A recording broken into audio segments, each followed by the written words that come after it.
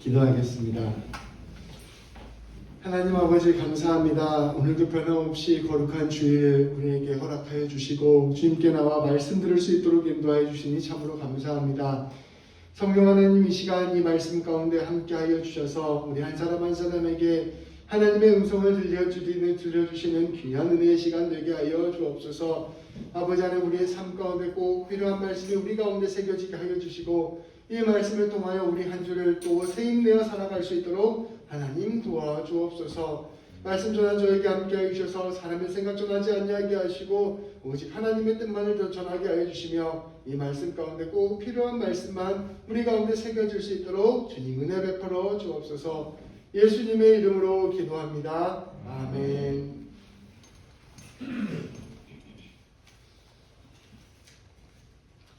사람들이 영화나 소설, 드라마, 스포츠 이런 것들을 볼 때 좋아하는 형식이 있습니다. 그것은 바로 반전입니다. 우리가 어린 시절부터 이렇게 들어왔던 이야기들을 생각해 보면 이런 반전의 내용들이 많이 담겨 있는 것을 볼 수 있습니다. 우리가 잘 알고 있는 신데렐라 이야기를 한번 생각해 봅시다. 어머니를 잃고 계모 언니들에게 구박을 받던 신데렐라는 마지막 순간에 극적으로 왕비가 되었습니다. 또 우리가 한국에서 잘 알고 있었던 춘향전 이야기도 한번 생각해 봅시다. 떠나버린 사랑을 끝까지 기다리며 정조를 지키다가 죽을 위험에 빠졌던 춘향이는 마지막 순간에 죽기 직전에 이몽룡의 암행어사 출두로 완전히 상황을 뒤바뀐 상황을 맞이하게 되었습니다. 저는 이러한 반전 중에서 아주 기억나는 반전이 하나 있습니다. 우리 젊은 청년들은 잘 기억을 잘 모르실 수도 있는데요. 2002년에 저는 21살의 젊은 청년이었습니다. 그때까지 우리나라는 월드컵 본선에서 단 한 번의 승리도 한 적이 없었습니다. 월드컵을 우리나라에서 개최했는데 이거 한 번도 못 이기고 본선 들어가자마자 떨어지면 어떻게 하지? 이런 불안감을 모든 국민들이 가지고 있었습니다. 그런데 놀랍게도 그 월드컵에서 우리는 계속해서 승리를 하더니 4강에 올라가는 기막힌 반전을 경험하였습니다. 그 해 월드컵은 제 인생에 있어서도 통틀어 잊을 수 없는 일이 되어버렸습니다. 모든 것이 뒤바뀌어버리는 반전, 그것은 우리에게 잊을 수 없는 기억을 주고 또 잊을 수 없는 감동을 선사해 줍니다. 우리는 이처럼 깊은 비극과 절망의 순간이 단번에 뒤집어지는 이야기를 좋아하고 또 기대하며 살아갑니다. 그리고 그러한 반전 이야기를 들을 때마다 감격합니다. 사실 그것은 거꾸로 생각해보면 그만큼 우리의 삶이 녹록지 않고 그만큼 우리의 삶 가운데 반전은 잘 일어나지 않으며 그만큼 우리에게는 희망이 절실하다는 것을 보여주는 것이기도 합니다. 오늘 말씀은 이러한 반전에 관한 말씀입니다. 특별히 우리에게 반전을 선물로 주시는 우리 하나님에 관한 말씀이기도 합니다. 우리가 반전을 좋아하는 것만큼 오히려 그보다 더 반전을 좋아하시는 분이 바로 우리 하나님이십니다. 성경을 살펴보면 이처럼 반전으로 가득 차 있음을 우리는 알 수가 있습니다. 이스라엘 백성들은 자신들을 부를 때 히브리 백성이라 불렀습니다. 근데 이 히브리라는 말이 하비루라는 단어에서 비롯된 단어였습니다. 근데 이 하비루가 무슨 뜻이냐면 도시 주변에 불안하면서 살아가는 사람들, 도시 주변에서 주류로 편입되지 못하고 가난하고 천하게 살아가던 사람들을 하비루라고 불렀습니다. 근데 이스라엘 백성들이 자기들을 이러한 사람들이라고 부른 것입니다. 이집트에서 노예 생활을 하고 또 정착하지 못하고 나그네와 같은 삶을 살았던 사람들, 이러한 사람들이 바로 이스라엘 사람들이었습니다. 그런데 우리 하나님께서는 이러한 이스라엘 사람들을 세우셔서 하나님의 백성, 당신의 자녀로 삼아주신 것입니다. 가장 연약하고 천했던 민족을 세워서서 하나님의 제사장 민족이 되게 하신 것입니다. 우리가 다 알다시피 그 이스라엘 백성들이 살고 있었던 지역은 팔레스타인 지역이었습니다. 근데 그 오른쪽에는 인류 문명의 시작이 되는 수메르 문명, 또 바빌론 문명, 가장 세계에서 찬란한 문명이 자리 잡고 있었습니다. 또 그 왼쪽에 보면 이집트 문명, 세계에서 가장 강대국을 오래 했던 이집트 문명이 자리 잡고 있었습니다. 하나님께서는 이 거대한 두 문명을 내버려 두시고 가장 연약하고 부족한 이들을 세우셔서 하나님의 놀라운 구원 사역을 이루어 가신 것입니다. 이것이야말로 하나님의 기막힌 반전인 것입니다. 우리가 믿음의 조상들이었던 아브라함, 이삭, 야곱, 요셉 이런 사람들의 삶을 한번 떠올려 봅시다. 이들은 다 나그네들이었습니다. 아브라함은 모든 것을 고향에 두고 새로운 땅으로 떠나온 사람이었습니다. 오랜 세월 자식을 갖지 못해 대를 이을 사람 하나 없었던 사람이었습니다. 하나님께서는 그러한 아브라함을 세우셔서 믿음의 조상으로 삼으셨고 모든 믿는 이들의 본이 되게 하셨습니다. 하나님께서 아브라함의 인생을 뒤집으신 것입니다. 이삭을 한번 생각해 보십시다. 이삭은 오늘날 우리가 겪고 있는 이민자와 똑같은 삶을 살았던 사람입니다. 이 이민자로서 원래 착하게 살았던 사람들의 텃세를 고스란히 경험해야만 했습니다. 그는 생명과 같았던 우물을 팔 때마다 그 우물을 빼앗기고 말았습니다. 오늘 우리로 적용해보면 이런 거예요. 우리가 이제 한국에서 캐나다로 와서 사업체를 잘 읽었어요. 근데 사업이 이제 좀 잘 될 만하니까 그것을 캐나다 사람들이 뺏어가 버리는 겁니다. 아, 망했다 라고 생각하고 또 사업체를 하나 만들어서 잘 죽을 고생을 해서 이루었어요. 그럴 때 또 그것을 빼앗아 가버리는 것입니다. 그렇게 계속해서 자기의 것을 빼앗긴 인생, 그러한 사람이 바로 이삭이었습니다. 그런데 하나님께서는 이삭에게 계속해서 새로운 우물을 허락하여 주셨고 결국은 승리자로 세워주셨습니다. 그의 아들 야곱도 마찬가지입니다. 그는 형에게 쫓겨 도망가서 무려 20년을 피해 살았어야만 했습니다. 그러나 그 모든 비참한 인생이 야곱을 이스라엘로 바꾸는 시간들이 되었고 하나님께서는 그를 통하여 자녀들을 낳게 하시고 그 자녀들을 통해 이스라엘 민족을 세우게 하셨습니다. 요셉을 한번 생각해 봅시다. 요셉은 형들에게 팔려서 노예가 되었습니다. 노예가 되었을 뿐만 아니라 보디발의 아내의 함정에 빠져서 언제 나갈지를 알 수 없는 죄수가 되고 말았습니다. 그러나 그의 인생의 끝자락에 갔을 때 하나님께서는 단번에 그를 일으켜 세우셔서 총리로 삼아주셨고 그를 통하여 모든 백성들을 구원하는 일에 그를 사용하셨습니다. 우리가 모세를 한번 생각해 봅시다. 모세는 노예들의 아이로 태어났습니다. 그리고 그는 그 목숨을 부지하기 위하여 그 바구니에 담겨져서 강물로 던져진 아이였습니다. 아무도 그 부모를 알 수 없는 고아와 같은 아이였는데 하나님께서는 이를 통하여 이스라엘 백성들을 건지시는 일들을 하셨습니다. 모세는 자기 민족을 도우려다가 젊은 날에 살인자로 몰려서 80세가 될 때까지 광야에서 살아야만 했습니다. 나이가 80이 됐는데 광야에서 80년 동안 80세가 될 때까지 살았다는 것은 더 이상 인생에 희망이 없다는 걸 뜻합니다. 그런데 하나님께서 그러한 사람을 데려다가 온 이스라엘을 구원하는 지도자로 세우시는 것입니다. 하나님께서는 이와 같이 인간의 눈으로 봤을 때는 절망스러운 상황이고 인간의 눈으로 봤을 때는 아무런 희망이 없는 암흑과 같은 상황 속에서 하나님의 거룩한 일들, 하나님의 반전의 일들을 일으키심으로 말미암아 하나님의 하나님 되심을 보여주셨습니다. 이 밖에도 성경에는 이와 같은 반전의 이야기로 가득합니다. 저희가 요즘 성경에 사무엘상하, 열왕기상하를 가지고 새벽 예배를 하는데요. 이 안에도 반전의 이야기가 얼마나 많은지 모릅니다. 이것을 다 이야기하면 한 2시간 이렇게 얘기할 수 있어요. 계속해서 반전을 일으키시고 반전을 통하여 하나님의 일을 하시는 그런 놀라운 분이 바로 우리 하나님이십니다. 우리 하나님은 반전의 하나님이십니다. 모든 절망과 어둠 가운데에서 마침내 희망을 선포하시는 분이십니다. 사람의 눈으로 더 이상 가망이 없다고 할 때 모든 것을 뒤집으십니다. 죽음과 패배가 짙어갈 때 거꾸로 하나님의 생명과 승리를 선포하십니다. 말씀은 이러한 하나님을 신뢰하고 이러한 하나님을 붙들라 끊임없이 선포하고 있는 것입니다. 그렇게 말씀을 아는 사람은, 하나님을 아는 사람은 어떠한 상황에서도 절망하지 않습니다.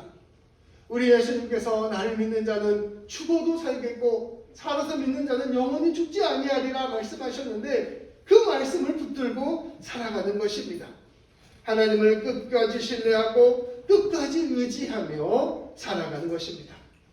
한평생을 통하여 이러한 반전의 하나님을 깊이 경험했던 다윗은 시편 23편에서 이렇게 고백합니다. 시편 23편 4절부터 6절까지 말씀입니다. 우리 같이 한번 읽어볼까요? 시작! 내가 사망의 음침한 골짜기로 다닐지라도 해를 두려워하지 않을 것은 주께서 나와 함께 하시니라. 주의 지팡이와 막대기가 나를 안위하시나이다. 주께서 내 원수의 목전에서 내게 상을 차려주시고 기름을 내 머리에 부으셨으니 내 잔이 넘치나이다. 내 평생의 선하심과 인자하심이 반드시 나를 따르니 내가 여호와의 집에 영원히 살리로다. 아멘. 다윗은 고백합니다. 저는 이제 사망의 음침한 골짜기를 지날지라도 절망의 침묵의 순간을 지날지라도 절망하지 않습니다. 왜냐하면 저는 상황과 형편을 먼저 보는 것이 아니라 지금 나와 함께 하시는 하나님을 먼저 보기 때문입니다.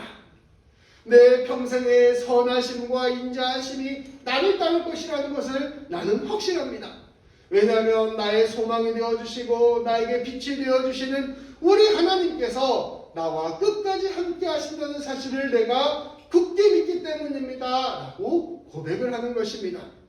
다윗은 한평생 살아보니 깨달았어요. 내 인생에서 나를 이끌어주시는 분이 바로 우리 하나님이시구나. 우리 하나님이 함께하고 계신다면 내가 아무리 절망의 골짜기, 사망의 골짜기로 간다 할지라도 그것을 넉넉히 이겨내며 더 나아가 그 가운데서 영광과 승리를 맛보게 하시는구나 라는 것을 진실로 경험하고 깨달은 것입니다. 그래서 다윗은 이와 같이 아름다운 고백을 우리에게 선포하고 있는 것입니다. 그리고 이러한 반전을 누구보다 또 잘 아셨던 분이 있습니다. 바로 우리 예수님입니다.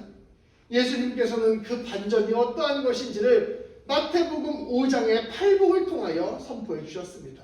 우리가 예전에 한번 팔복 말씀을 함께 또 나누었던 적이 있죠. 우리 함께 마태복음 5장에서 3절부터 10절까지 말씀을 한 절씩 돌아가면서 읽도록 하겠습니다. 제가 먼저 읽겠습니다. 심령이 가난한 자는 복이 있나니 천국이 그들의 것이며 온유한 자는 복이 있나니 그들이 땅을 기업으로 받을 것이며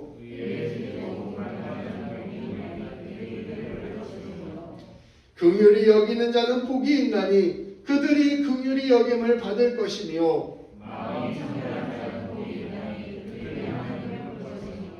화평하게 하는 자는 복이 있나니 그들이 하나님의 아들이라 일컬음을 받을 것이며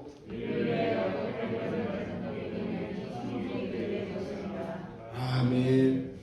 우리가 사람의 눈으로 보고 인간적인 생각으로 판단할 때 이제 나는 너무나 가난한 사람이다. 나는 너무 애통함 가운데 있는 사람이다. 나는 더 이상 희망과 가망이 없다 라고 생각할 때 그러한 사람이 하나님을 바라보게 된다면, 하나님을 갈망하게 된다면 오히려 그 순간이 복의 순간이 된다는 것을 우리 예수님께서는 말씀하고 계시는 것입니다. 우리가 절망이라고 생각하는 그 순간에도 우리 하나님께서는 우리를 위하여 일하십니다. 우리가 생각하지도 못한 방식으로 우리의 삶을 가장 선한 길로 인도하십니다. 마음이 가난할 때, 애통할 때, 의에 줄이고 목마를 때, 우리가 고난과 박해 가운데 있을 때, 삶이 깜깜할 때 우리 하나님께서는 우리에게 놀라운 반전을 허락하시는 것입니다. 그래서 우리는 눈에 보이지 않고 상황과 형편을 볼 때 이 모든 상황이 더 이상 해결되기 어려운 불가능한 상황인 것처럼 보일지라도 우리는 우리 하나님을 끝까지 신뢰하며 나아가야 하는 것입니다. 이와 같은 말씀에서 계속해서 우리에게 가르쳐 주시는 하나님의 반전, 이 반전의 이야기의 정점에 바로 오늘 말씀이 있습니다. 오늘 말씀은 하나님께서 너희에게 반전을 반드시 선물로 주시겠다 약속하시는 그 약속과 같은 말씀입니다. 우리는 지난주 말씀을 통하여 예수님의 장래에 대해서 함께 살펴보았습니다. 진실로 예수님을 사랑했던 사람, 아리마대 사람 요셉은 빌라도에게 용기를 내어서 십자가에서 돌아가신 예수님의 시신을 달라고 요구하였습니다.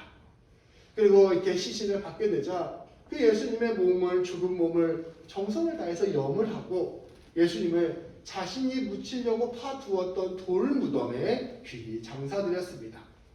그리고 이때 막달라 마리아와 예수님의 어머니 마리아도 끝까지 함께 하였습니다. 죽음은 인간이 마주하는 가장 근본적인 절망입니다. 더 이상 반전을 기대할 수 없는 절망입니다. 살아있어야 반전이 일어나죠. 죽으면 반전이 일어날 것도 없습니다. 죽었는데 이제 무슨 소용이 있나요? 라고 말할 수밖에 없는 절망입니다. 죽음은 모든 것을 멈추게 합니다. 지금까지 우리가 함께 맺어왔던 그 모든 관계도 이제는 더 이상 있을 수 없습니다. 지금까지 그 사람이 함께 꾸었던 꿈과 소망도, 지금까지의 모든 열정과 에너지도 완전히 멈춰버린 상태, 그것이 바로 죽음입니다. 죽음을 우리가 마주하게 되면 다시는 이전으로 돌아갈 수 없다는 것을 깨닫게 됩니다. 우리가 죽음이 진실로 슬픈 것은 무엇입니까?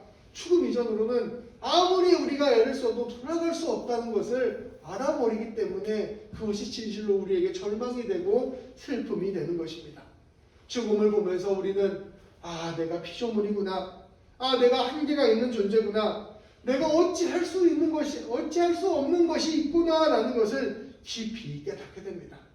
인간이 그 마지막 절망의 끝자락에 서는 것이 바로 죽음인 것입니다.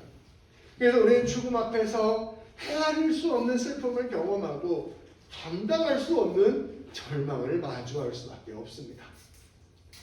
사실 이 죽음이 너무나도 절망적인 사건이기 때문에 우리는 죽음을 보면 어쩔 수 없이 죽음에 머무는 것보다는 삶에 집중하게 됩니다. 죽으면 죽음이라는 것은 사실 어찌할 수 없으니 우리가 그냥 지금 잘 사는 것이라도 중요하겠다라고 생각하는 것입니다. 그래서 많은 사람들은 그저 지금 잘 살기 위해서 돈과 권력과 세상의 명예와 또 건강과 이러한 것들에 집착합니다. 조금 더 지혜로운 사람들은 오늘 하루를 내가 값지게 보내야겠다. 지금 내 앞에 있는 사람과 귀한 시간, 소중한 시간을 보내야겠다. 내가 내 인생에서 의미 있고 가치 있는 일을 하면서 살아야겠다. 이 정도를 생각하게 됩니다. 사실 이것이 우리가 죽음을 앞에 서서 할 수 있는 최선입니다. 그럼에도 불구하고 우리가 진실로 대면해서 살펴보면 죽음이 주는 절망은 어찌할 수 없는 것입니다. 오늘 말씀은 우리에게 이러한 죽음을 정면으로 응시하게 합니다. 아리마대 요셉과 막달라 마리아 그리고 예수님의 어머니가 바로 이러한 심정이었습니다. 그들이 그토록 사랑했던 사람, 그토록 귀하게 여겼던 사람 예수님이 젊은 나이에 십자가에서 허망하게 죽고 만 것입니다. 너무나도 사랑했지만 심지어 이 어머니 요셉은 자기 아들이에요. 자기 아들인데 이 아들이 십자가에 매달려 죽고 있는데 아무런 일도 할 수가 없었습니다. 사랑하는 사람, 자기 자식이 눈앞에서 사람이 겪을 수 있는 가장 큰 고통과 수치를 겪으며 죽고 있는데 그저 그것을 바라볼 수밖에 없었던 사람들이 바로 이들이었습니다. 이들은 인간이 마주할 수 있는 죽음의 고통을 누구보다 절절하게 마주한 사람들이었습니다. 그러나 이들은 지혜로운 사람들이었습니다. 이들은 사람이 할 수 있는 최선을 다했습니다. 그 죽음의 자리를 끝까지 지켰습니다. 죽음을 막을 수는 없지만 그래도 죽음과 함께한 것입니다. 그들이 할 수 있는 최선의 애도를 다하였습니다. 용기를 내어서 빌라도를 찾아가고 주님의 찢겨지고 상한 몸을 깨끗이 닦아내었습니다. 그리고 그 예수님을 할 수 있는 한 마음을 다하여 무덤에 안장하였습니다. 그들은 인간의 슬픔을 피하지 않고 도망치지 않고 끝까지 함께한 것입니다. 그들은 주님 앞에서 가장 큰 절망 앞에서 사랑을 포기하지 않았고 그 자리에서 심령이 가난한 자, 애통하는 자, 의가 줄이고 목마른 자가 된 것입니다. 그들은 그 자리에서 우리 하나님과 함께 하였습니다. 여기까지가 사실 인간이 할 수 있는 최선이에요.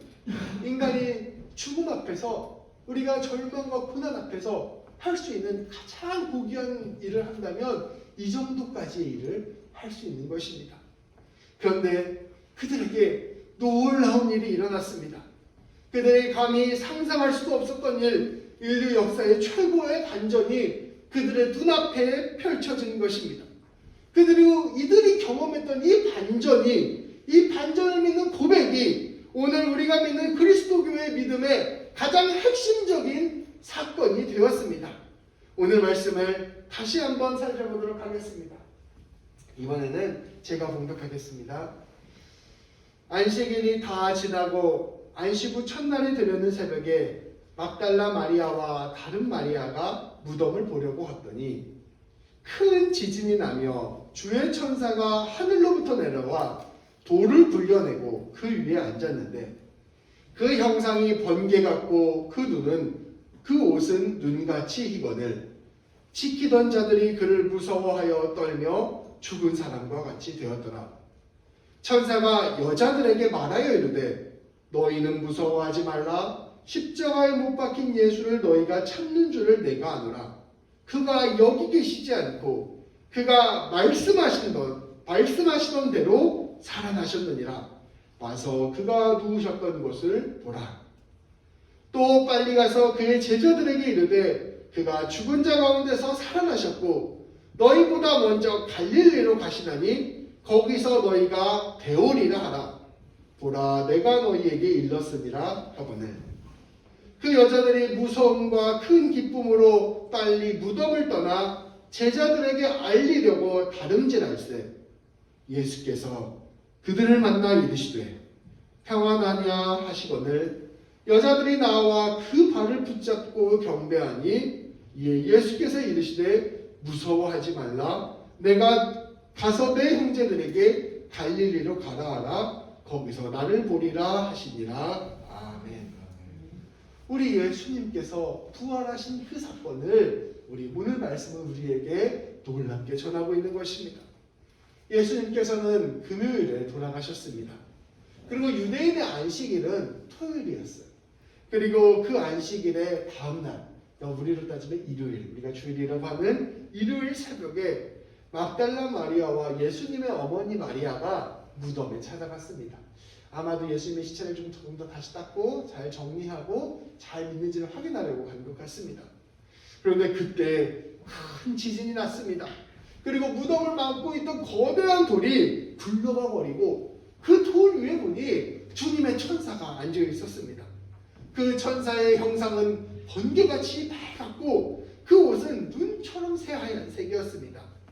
그때 빌라도의 명령을 받아서 무덤을 지키고 있었던 병사들이 있었는데 이 사람들은 너무 깜짝 놀라서 바들바들 떨면서 움직이지도 못하고 죽은 사람처럼 그것을 지켜보고 있었습니다. 이 여자도 깜짝 놀라서 그 천사를 바라보는데 그 천사가 여자들에게 말하였습니다. 무서워하지 말아라.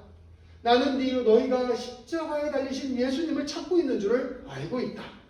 그런데 그분은 지금 여기 계시지 않다. 그분이 예전에 말씀하셨던 것들을 기억해 보아라. 그 말씀하셨던 대로 우리 예수님은 살아나셨다. 이리 와서 그분이 누워 계시던 곳을 한번 보아라. 이제 그리고 예수님이 살아나셨다는 이 사실을 빨리 제자들에게 가서 전하여라. 예수님께서는 죽은 자들 가운데서 살아나셨고 제자들보다 먼저 갈릴리 지역으로 지금 가실 것이다. 제자들이 그곳에 가게 되면 그곳에서 예수님을 만나 뵙게 될 것이다 라고 말씀을 전한 것입니다. 천사들은 우리 예수님께서 부활하셨다는 사실을 전하였습니다. 이 여인들은 이 이야기를 듣고서도 이 소식의 의미를 정확히 알지 못했을 것입니다. 이 이야기는 사람의 지혜로는 절대로 이해하지 못할 놀라운 사건이었기 때문입니다. 이 여인들은 한편으로는 두려움으로 한편으로는 기쁨으로 가득 찼습니다. 이 오토라는 종교학자가 있는데요. 이 종교학자가 누미노제라는 그 용어를 만들었습니다. 근데 그게 무슨 뜻이냐면 사람이 하나님을 볼 때 그 하나님을 경험한 경험을 이러한 느끼는 감정을 누미노제라는 단어로 설명을 했어요.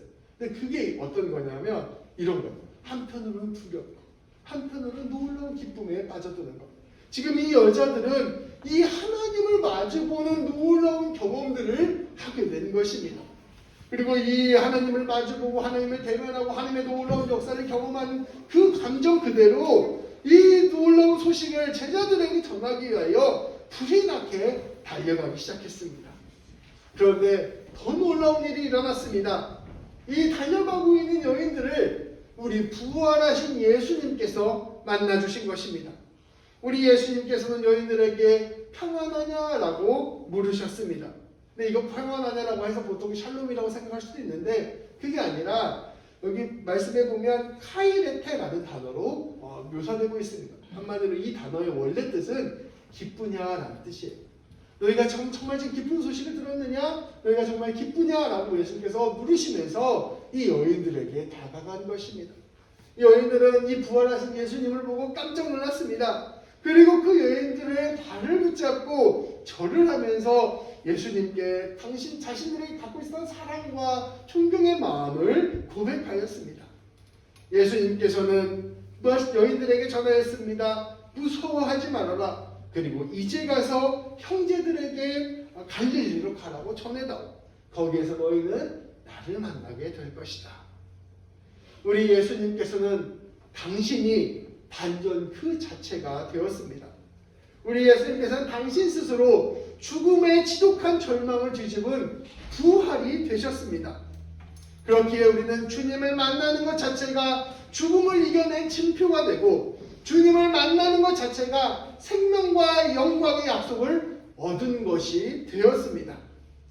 이제껏 성경의 많은 이야기들은 하나님께서 반전의 하나님이시라는 것을 우리에게 보여주었습니다. 앞서 말씀드렸다시피 하나님께서는 작은 이들을 들어쓰셔서 세상의 제국을 무너뜨리셨고 연약한 이들의 믿음을 들어쓰셔서 세상의 거대한 자들을 무너뜨리셨습니다. 애통함과 절망의 삶을 사는 이들에게 기쁨과 소망을 회복시켰습니다. 하나님께서는 하나님 한 사람 한 사람의 인생을 살피시고 승리케 하셨습니다. 그럼에도 불구하고 사람에게는 근본적인 절망이 있었습니다. 바로 죽음이었습니다. 그러나 마침내 우리 하나님께서는 당신의 독생자 예수님을 이 땅에 보내주셔서 직접 죽음을 뚫고 부활 생명을 드러내 주신 것입니다. 하나님께서 구약 성경을 보면 많은 인생 가운데 반전들을 이루어 주셨어요. 근데 이 반전의 끝판왕이 바로 우리 예수님인 것입니다. 그 예수님은 당신의 몸으로 내가 곧 반전이다. 너희가 나를 보면서 반전 되신 하나님을 바라보아라 라고 선포하고 있는 것입니다. 하나님께서 예수님을 바라보는 모든 백성들에게 반전을 반드시 주시겠다는 확정된 약속을 허락하신 것입니다. 구약에서는 하나님께 선택받은 몇몇 사람들이 인생의 반전들을 경험하였습니다. 그런데 예수님이 이 땅에 오셔서 죽음 다음에 부활하셨다는 것은 이제 예수님을 믿는 모든 사람들에게 하나님의 놀라운 반전을 허락하시겠다는 하나님의 흔들리지 않는 약속이 된 것입니다. 오늘 예수님의 이 사건은 비단 여인들만을 위한 사건이 아니었습니다. 그는 제자들을 위한 사건이 되었고 나아가 주님의 부활을 믿는 모든 백성들을 위한 사건이 되었습니다. 깊은 절망과 애통함 가운데 살아가는 모든 이들을 위한 사건이 된 것입니다. 하나님께서 반전을 일으켜 주신다 라고 우리가 고백할 때 그 반전은 선택받은 몇몇 사람들에게만 일어나는 반전이 아니라 예수님을 바라보고 예수님을 믿고 예수님을 따르는 모든 사람에게 일어나는 놀라운 반전이라는 것을 말씀은 우리에게 선포하고 있는 것입니다. 우리가 예수님을 믿고 예수님 안에 거할 때 우리는 우리의 반전이 되어주시는 하나님을 바라보게 됩니다. 하나님께서는 예수님의 부활을 우리에게 선물로 주셨습니다. 그것은 우리 하나님께서 우리의 삶을 뒤집어 주실 뿐 아니라 우리의 죽음까지도 뒤집어 주시겠다는 분명한 약속을 한 것입니다. 부활을 바라보는 사람은 삶의 자리에서 절망하지 않습니다. 우리 주님께서 부활하여 승리하시고 지금 이 세상 가운데 우리를 다스리시는 주님께서 우리의 삶을 가장 선한 길로 인도하고 계신다는 사실을 굳게 믿기 때문입니다. 내가 오늘 살아가는 이 삶을 통하여 우리 하나님께서 반드시 열매를 맺으실 것을 믿기 때문입니다. 가장 큰 절망을 뚫고 가장 큰 십자가의 절망을 뚫고 부활의 영광을 만드신 우리 하나님께서 우리의 인생의 모든 절망도 뚫고 반드시 그 가운데서 하나님의 영광을 이루시겠다 약속하신 것이 바로 부활의 참 의미입니다. 나아가서 우리는 이제 죽음마저도 두려워하지 않습니다. 죽음이 모든 것의 끝이 아니며 죽음을 넘어 부활 생명으로 우리를 다시 살리실 것을 믿기 때문입니다. 모든 것이 끊어지고 모든 것이 멈춘 십자가 사건마저도 가장 영광스러운 부활의 사건이 되었음을 바라봅니다. 그리하여 우리는 절망하지 않고 죽음마저도 용기 있게 걸어가는 사람이 되는 것입니다. 우리가 바울이 고백한 대로 하나님께서 모든 것들을 합력하여 선을 이루신다는 것을 우리는 부활을 통하여 믿을 수 있게 되었습니다. 이제 우리 그리스도인들의 삶은 부활의 소망 위에 세워진 삶을 사는 삶입니다. 우리 그리스도인들은 더 이상 안식일에 예배를 드리지 않습니다. 아까 말씀드렸다시피 원래 안식일은 더 정확히 말하면 금요일 밤부터 토요일 저녁까지, 금요일 저녁부터 토요일 저녁까지, 유대인들은 밤부터 하루가 시작된다고 생각했거든요. 그래서 그 안식일에 우리가 모이지 않고 우리는 일요일에 예배를 드립니다. 왜냐하면 이 일요일이 우리 주님이 부활하신 날이기 때문입니다. 우리 주님께서 부활하셨다는 것을 보는 것, 그것이 진정한 안식이라고 우리는 믿고 받아들이는 사람들이기 때문입니다.